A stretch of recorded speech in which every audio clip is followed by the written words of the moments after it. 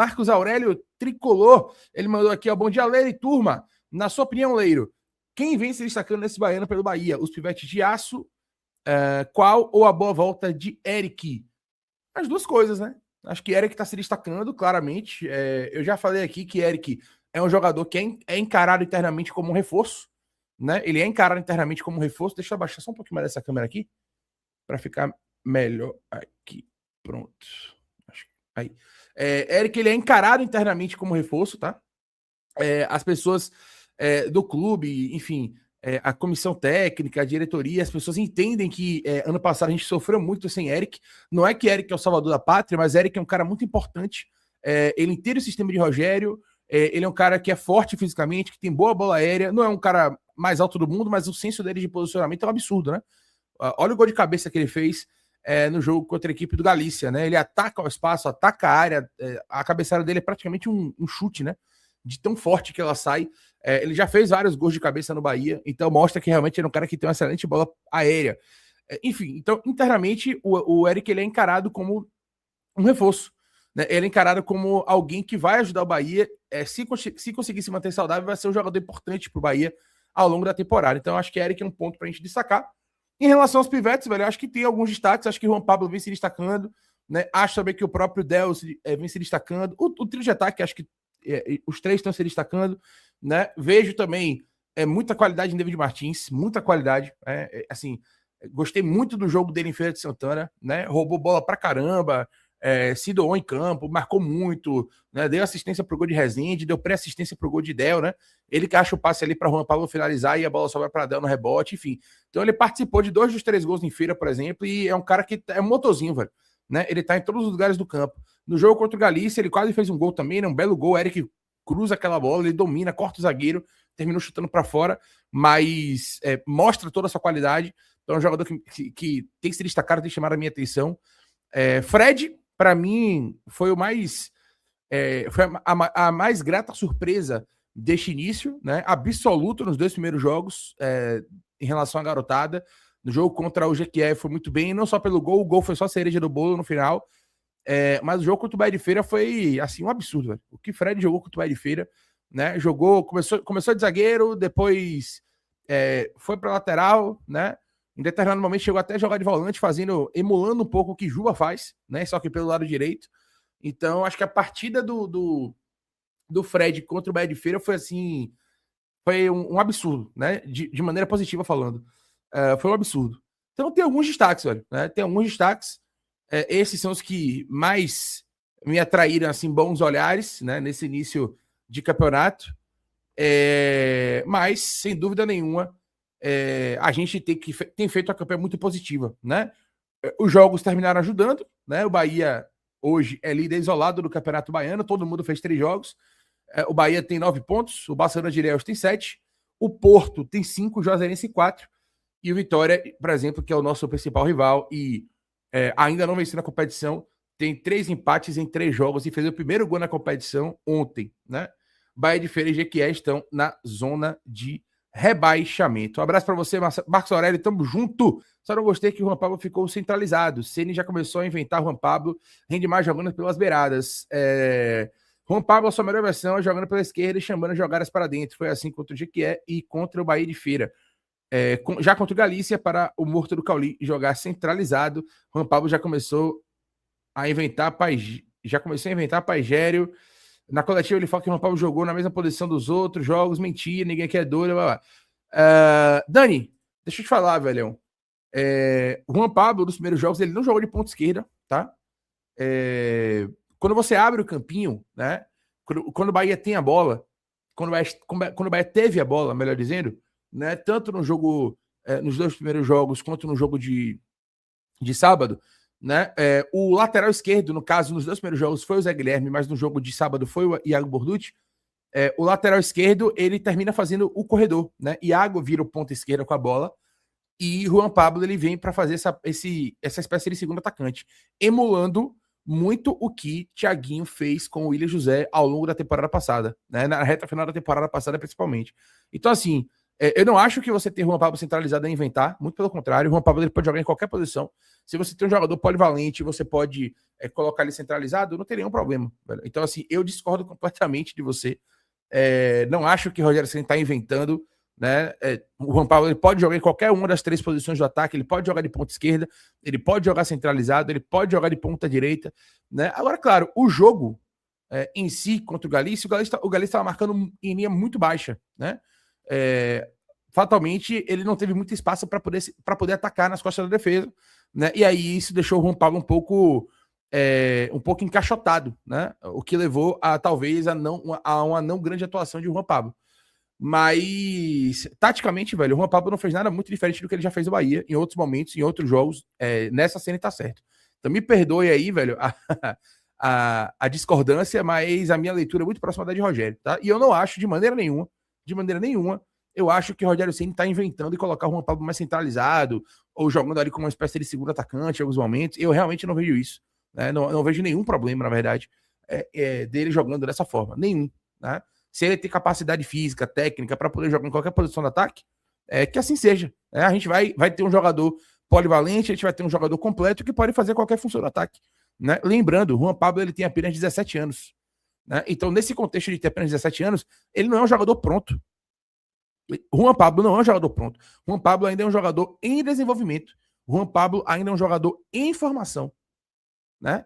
Então, assim, como ele é um jogador em desenvolvimento e em formação, ele tá no processo de aprendizado. Ele tá ali aprendendo a jogar em tais funções ainda, né? Comportamentos defensivos, enfim, ele tá no processo de amadurecimento.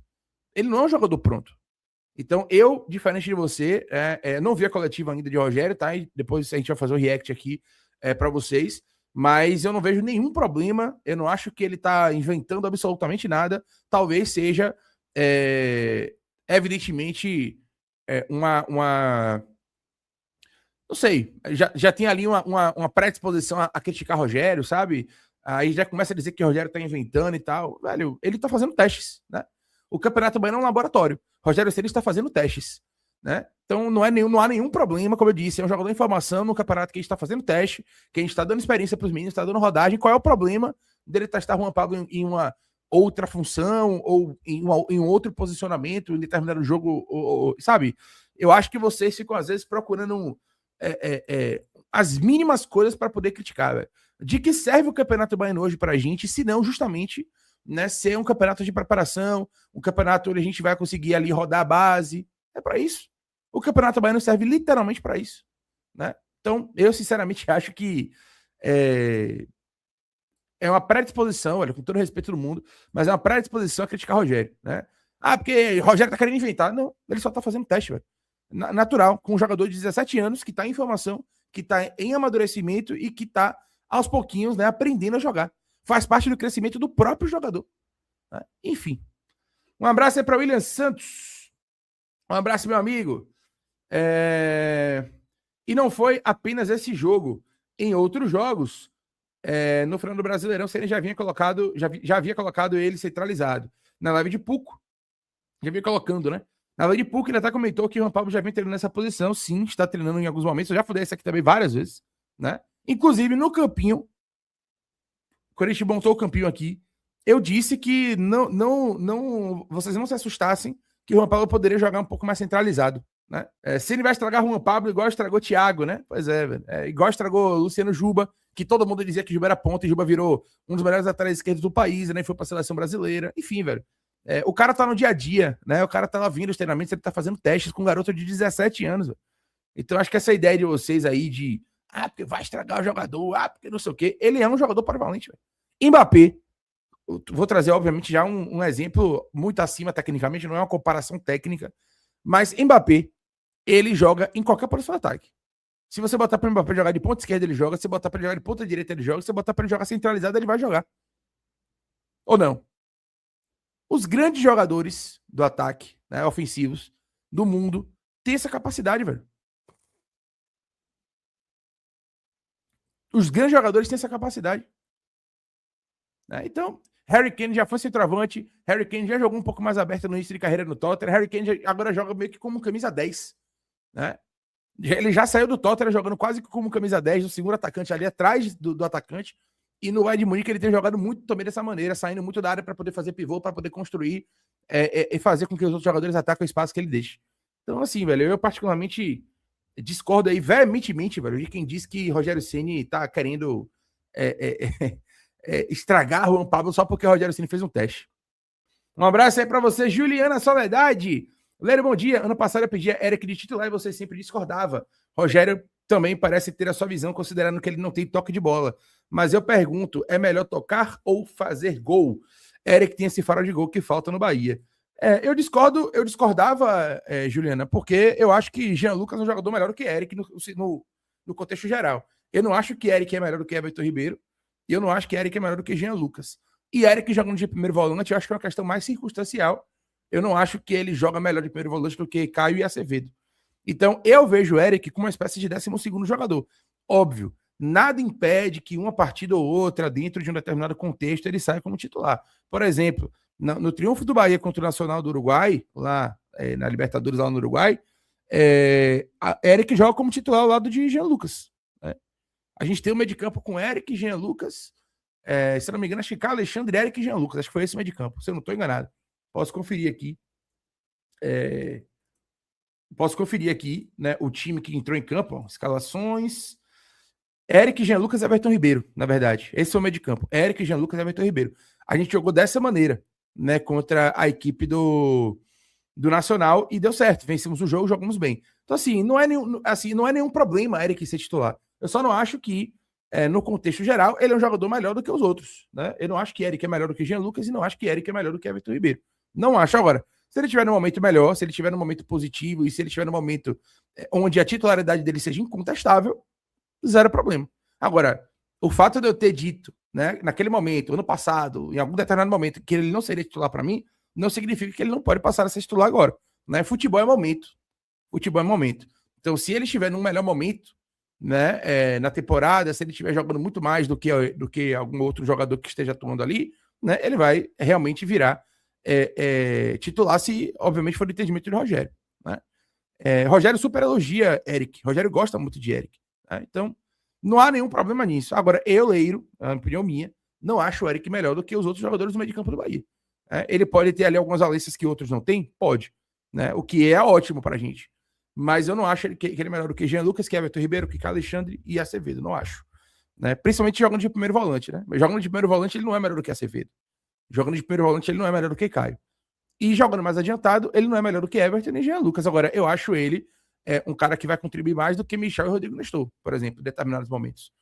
Ele tem essa capacidade. Então, eu vejo o Eric hoje, no nosso time, como uma espécie de 12º jogador. Aquele cara que vai entrar todos os jogos. Né? Todos os jogos. Se ele tiver relacionado, ele vai entrar todos os jogos. Eu vejo o Eric desse jeito, sabe? Enan Farias, eu estaria errado em achar que Eric vai alternar a titularidade do meio com o Everton Ribeiro? E estaria errado eu achar que Fred vai terminar ao lado de Mingo como zagueiro titular?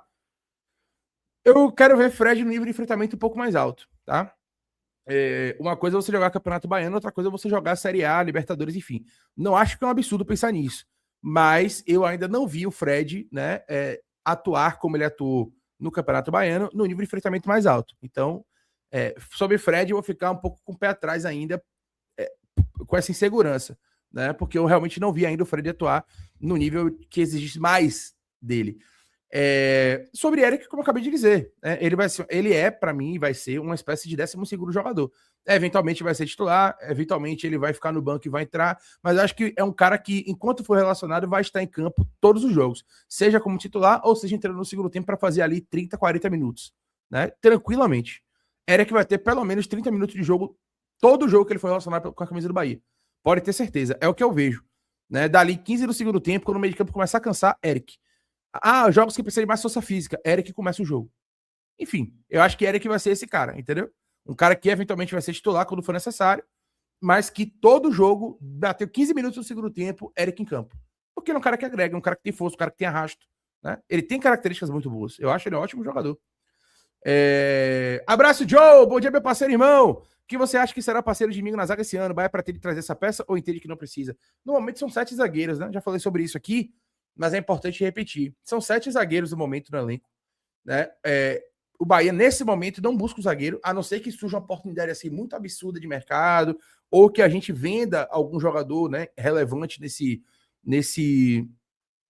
momento na zaga, aí o Bahia iria ao mercado. Mas, em linhas gerais, o Bahia não pretende buscar, velho, né? A gente vai ter uma disputa aí. Acho que a gente começa o ano, né, como terminou ano passado, com David Duarte na direita e Mingo na esquerda, né? A dupla titular. Aí temos aí Gabriel Xavier e Canu como dupla reserva, e correm por fora aí Marcos Vitor, Luiz Gustavo e Fred Lippert, né? Ou seja, são 7 zagueiros, né? 7 zagueiros. Tem 4 mais experientes, digamos assim. David Duarte, Mingo, Canu e Gabriel. Apesar de Gabriel e Mingo terem menos idade, né? Terem 24 anos ali, eu acho. Mas ele já tem uma certa experiência, né? E aí depois tem os 3 garotos, né? Marcos Vitor, que tem mais ou menos a mesma idade de Gabriel Xavier, acho que um pouco mais jovem, talvez. Agora, mas acho que é questão de 1 ano no máximo. Fred e Luiz Gustavo, que são 2 jogadores sub-20, né? Fred e Luiz Gustavo podem jogar no sub-20 ainda, se o Bahia quiser. Fred tem 19 e Luiz Gustavo também tem 19. Então, os dois podem jogar no sub-20, se o Bahia assim entender. Então, nesse primeiro momento, eu não acho que o Bahia vai buscar zagueiro. Não acho. Eu acho que tem que oportunizar quem tá aí, né? Tem que ver como é que Marcos Vitor vai se sair, tem que ver como é que Fred vai se sair, né? Tem que ver como é que a própria dupla principal titular, né? David Duarte e Bingo vai se sair. Né? Pô, voltaram bem, permaneceram no nível que estiveram em 2025. Excelente. Né? Excelente.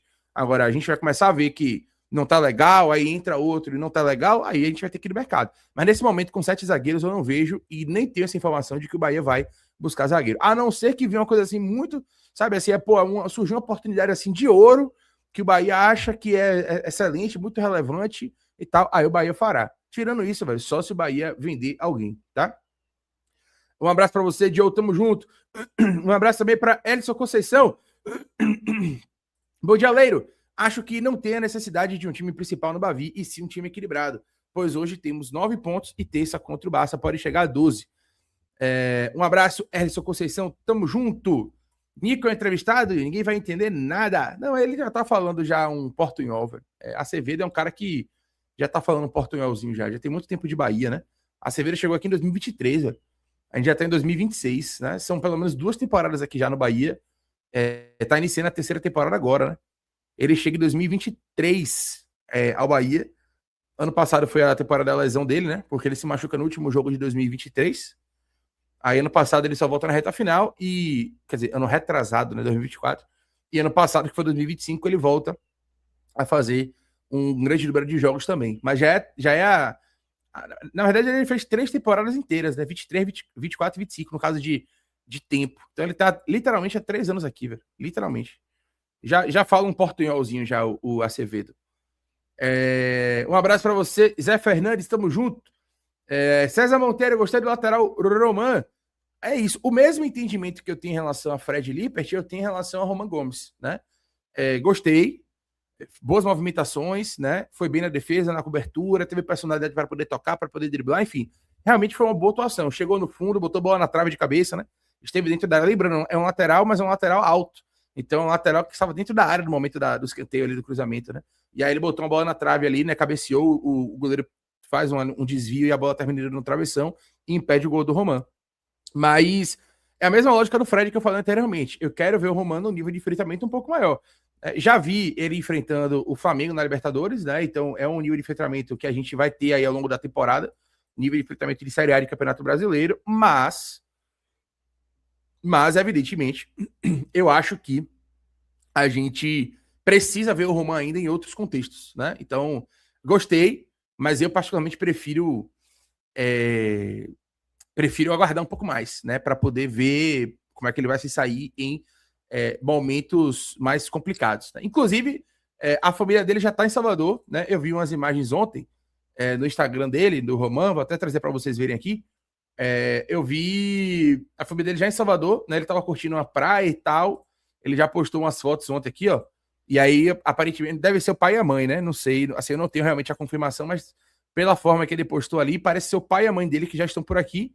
Aí, ó. Ele na praia, né? Imagino eu, né? Como tem aqui, ó, aparentemente um casal e um filho, né? Eu acho que aqui devem ser o pai e a mãe dele, né? E ele já continua a praia. E depois tem várias fotos aqui já, aparentemente, na casa que ele tá morando já, não sei, né? Deve ser isso. Aí tem vários familiares dele aqui, ó, pessoas que vieram para cá e já estavam curtindo ali uma piscina, curtindo ali uma praia e tal, então já tá se adaptando, né? Que bom que ele já tá conhecendo as coisas boas, né? A prainha ali com a família, um churrasquinho, a piscininha, é isso mesmo, né? Não tem nenhum problema, evidentemente, na folga dele de pegar uma piscininha, pegar uma praia em família, zero problema, né? Mas é isso que eu falei. Aguardar, né, enfrentamentos de maior nível pra gente ver como é que ele vai sair, mas sem dúvida nenhuma deixou uma ótima primeira impressão. Eu tô falando aqui, velho, ó, vou adicionar mais um jogador aqui, ó, 39. 39 não, são com Rogério, como tem Rogério, né? São 37 jogadores aqui, velho. Olha a nossa lista aqui, ó. Goleiros, né? João Paulo, Vitor e Ronaldo. Eu nem tô contando os outros do sub-20. Zagueiros, Gabriel Xavier, Canu, Ramos Mingo, David Duarte, Luiz Gustavo, Marcos Vitor e Fred, certo? Laterais, Gilberto, Iago Borducci, Roman Gomes, Luciano Juba e Zé Guilherme. Volantes, Rezende, Eric, Caio Alexandre, Acevedo, Sidney, Jota. Meias, Jean Lucas, Cauli, Everton Ribeiro, Rodrigo Nestor, Michel Araújo, David Martins. Atacantes, Ademir, William José, Eric Puga, Matheus Sanabria, Kaique, Cauê Furquim, Lian, Juan Pablo, Del e Kiko Oliveira. São 37 jogadores, contando o elenco principal, né, e os garotos que entraram em algum jogo ao longo desse início de temporada. Né? Lian já entrou, enfim, aí são todos os jogadores que já entraram. Kaique, né, todo mundo que já entrou em campo está cadastrado aqui. São 37 jogadores nesse momento. E Rogério Ceni como treinador. Né? Ou seja, são 38 nomes aqui, Rogério mais 37 atletas. Né? Rogério mais 37 atletas. Ou seja, 37 jogadores. É muita gente, velho. A gente ainda tá no mercado por mais duas peças. Um goleiro e um centroavante. Ou seja, 39. Né? A gente vai ter quase 40 jogadores. Né? Aí é o que eu digo. O elenco do Bahia é curto? Não. O elenco do Bahia é enxuto? Não é. O que precisa ser feito é torcer para que as lesões não nos atrapalhem. Ainda faltou Caio Suassuna, né? Pois é, que eu nem terminei colocando ali. Então eu posso até adicionar aqui, ó. Caio Suassuna, né? Que de fato entrou em campo e eu terminei esquecendo de colocar. Acho que o número dele é 70, eu acho, ou 90. Enfim, depois eu olho o número dele. Acho que é 70 o número dele, o número de Suassuna. Mas enfim. Caio Suassuna, ainda tem ele, ou seja, 38 mesmo, 38 atletas. 90, né? O número dele? Pronto, então vou colocar o número dele aqui, 90. O pessoal falou no chat que foi 90. O número de Caio Suassuna. Então vamos lá, 90. Pronto. Ainda tem Caio Suassuna, ou seja, 38 atletas, velho. Com o centroavante e o goleiro que devem chegar, 40. Né? Então, é claro, quem tem idade de base não conta. Como é que não conta, velho?